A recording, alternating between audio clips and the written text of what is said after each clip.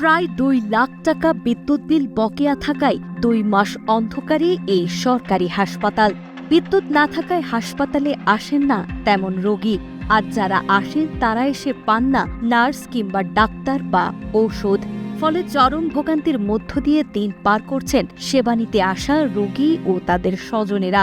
এখানে আসছি সেবা নিতে, কিন্তু আসে দেখতেছি যে এখানে কোনো বিদ্যুৎ নেই। এখন আমাদের সাধারণ যে আমরা গরিব মানুষ, এই সরকারি একটা ক্লিনিক আসছি বাচ্চার জন্য, নিজের জন্য, এখন যদি সেই সেবাটা না পায়, কারেন্ট নেই, এখানে তারাও অনেক অসুবিধার ভিতর আছে, আমরা অনেক অসুবিধার ভিতর আছি।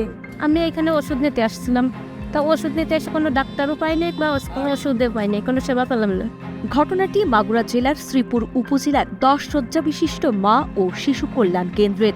সরকারি বরাদ্দ বন্ধ থাকার দাবি করে দীর্ঘদিন ধরে বিদ্যুৎ বিল পরিশোধ করতে পারেনি হাসপাতাল কর্তৃপক্ষ।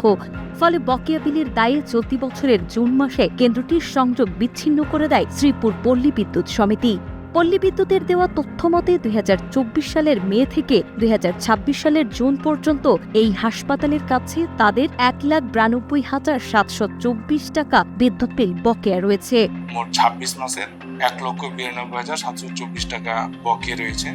ওনার কর্তৃপক্ষ মৌখিক, টেলিফোন এবং চিঠি দিয়ে বারবার জানানো হয়েছে, কিন্তু তারপরেও তারা কোনো বিদ্যুৎ বিল পরিশোধ করে নাই।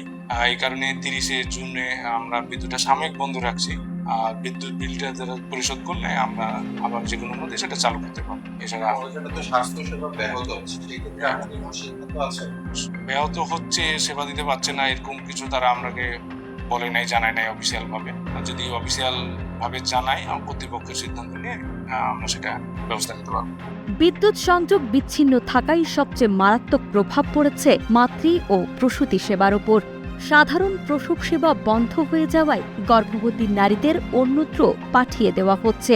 হাসপাতালের ফার্মাসিস্ট জানান, প্রায় ২ বছর ধরে হাসপাতালের নিয়মিত ঔষধের সরবরাহও নেই।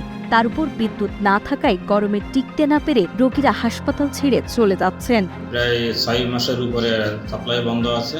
এই কারণে আমাদের কাছে যা ওষুধ ছিল সেগুলো আমাদের শেষ। এখন আমাদের কাছে নতুন ওষুধ না আসা পর্যন্ত আমরা রোগীদের সেভাবে বিতরণ করতে পারছি না। সম্প্রতি সরজমিনে হাসপাতালটিতে গিয়ে এক ভুতুড়ে পরিবেশের দেখা মেলে। পুরো হাসপাতাল অন্ধকার, কোনো কক্ষেই রোগীর দেখা নেই।